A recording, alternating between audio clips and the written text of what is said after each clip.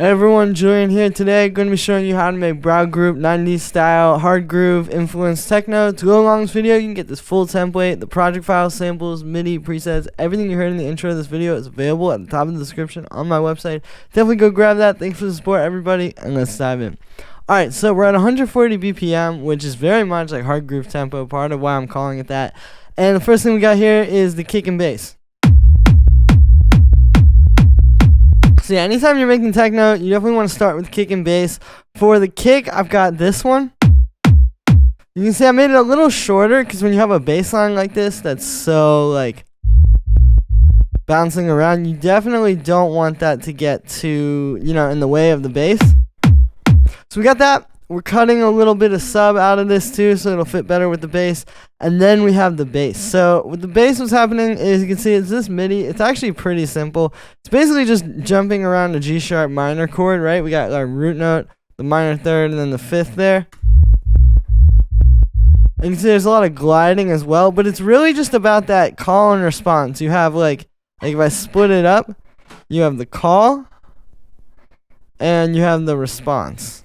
And that's really how this works. It's not even a full bar, this bass line. But the do-do-do-do-do-do-do-do-do, that's very catchy. And that's where a lot of that groove is happening, is just that against the kick. So we got that. For the actual patch, we're using a sine wave and then another sine wave with a little bit of FM inside our operator here. It's a good way to get a sine wave bass, but with a little bit more harmonic content. We got a low pass filter, sidechain, and then we're cutting the sub a little more. And then on the group, we're just converting it to mono. But the thing that you're not seeing here is these are also going through this little send down here. Now I have a lot of things throughout this project file going through this send, and I think that's something really important when you're trying to make these tracks is like, they have this very cohesive sort of raw texture to everything. Well, how do you actually get everything in the track to sound like that? Starting even down at the kick and bass, you have this little send.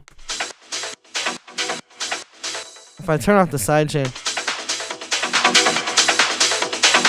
and you can hear everything's going through that. If I get rid of this,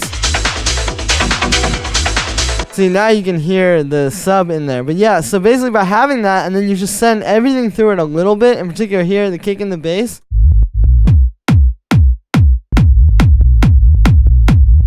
We can glue everything a little bit more. You can really hear it with these two. It makes them fit together really well harmonically. So I'll talk more about that as we move on, but that send is very important. Then we have the hi-hat.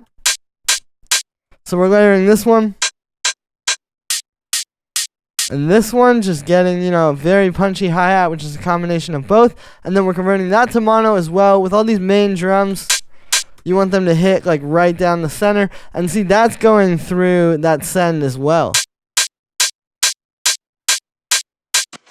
And you can see in the case of that, the send adds a lot of punch because there's this drum bus and some saturation and stuff, right? And we're even cutting off like the bright highs. So it's perfect for making this really fat. Then we have kind of like the last drums from our main groove, the clap. So we got this thing, just like a nice punchy clap going through our drum send. Plus we have this, which as you can see is a piece of a loop. Now what I've done here is I've added a little attack to that inside of the simpler. So now you get the clap. And then this kind of bounces off of it, because without the attack,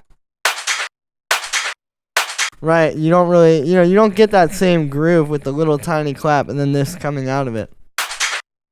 But yeah, that's a really great way to bring those drums to life, because if you take that main groove without the loop piece, it's grooving, but then check this out.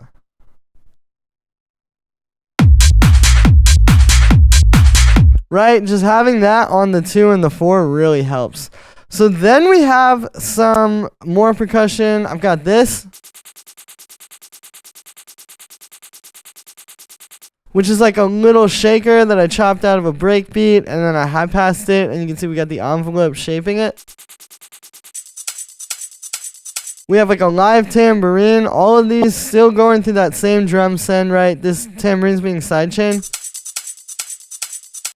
Rave loop. which is being high passed, sidechained quite a bit so it doesn't get in the way of the kick, and also sent through the send.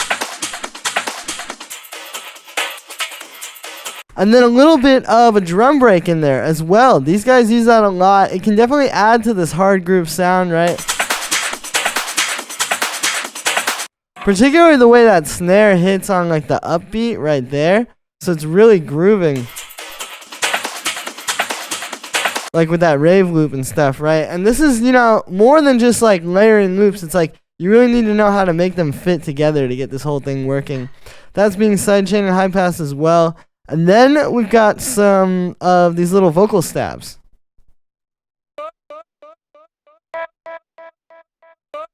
Right, so it's just pieces of these little vocal samples, and then you can see at the end of every 2 bars, you just get that little, oh, you know, it's like a little thing, because what's happening is you have all this stuff that's constantly going. Especially the drums, right?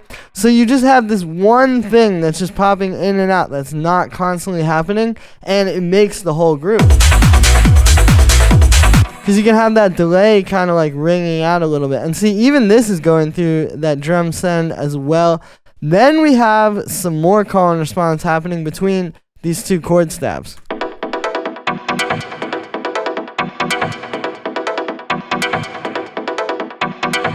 So what's happening here is I have these 2 one-shots. These are actually from my Definitive Deep Minimal House Chord Stabs pack. But basically what we're doing is I've taken that one and that one. And then I've done a lot of processing, right? Like inside of the simpler here, you can see on both of them, we've got a low-pass filter, and we're using the envelope to like make that more plucky. The other thing you'll notice is that there's key tracking on the filter, meaning the higher you play, the more open that filter is going to be, right? And then just some delay, reverb, high pass. And then same thing on this one as well. The filter with the envelope plus the key tracking. So then we have these patterns where it jumps across different octaves, and all it's doing is just a root note and then a fifth and then another root note, right? We're just jumping between those. And so you get these really dynamic chords because as it goes up higher, the filter is also opening and it's moving the whole thing. The other thing, though, that I really can't state enough is the call and response here, especially with these 2. That's what makes these crazy chord riffs that you hear. It's not really that hard, like when I break it down, how to actually make these and what's going on, but it's the way that they're working together. Yeah, you really need that call and response between them.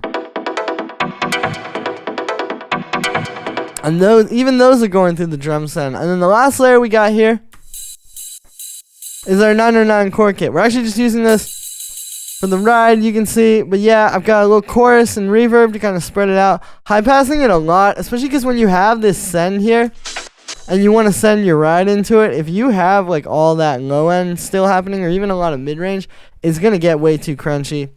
And then we're just side chaining that. And there we are. So that's going to be it for this one, guys. I hope you enjoyed it. As always, make sure to like this video as well as subscribe and let me know what you think of this video in the comments. Like I said in the beginning, you can get this full project file, the samples, the MIDI, presets, entire template right on my website. Definitely go grab that while it's available. This is a great deal. And it's going to take your tracks to the next level today. This is a really high quality template that is accessible for everybody. You know, I'm trying to democratize this here. Thanks so much for the support, everybody, and I will see you tomorrow with another video.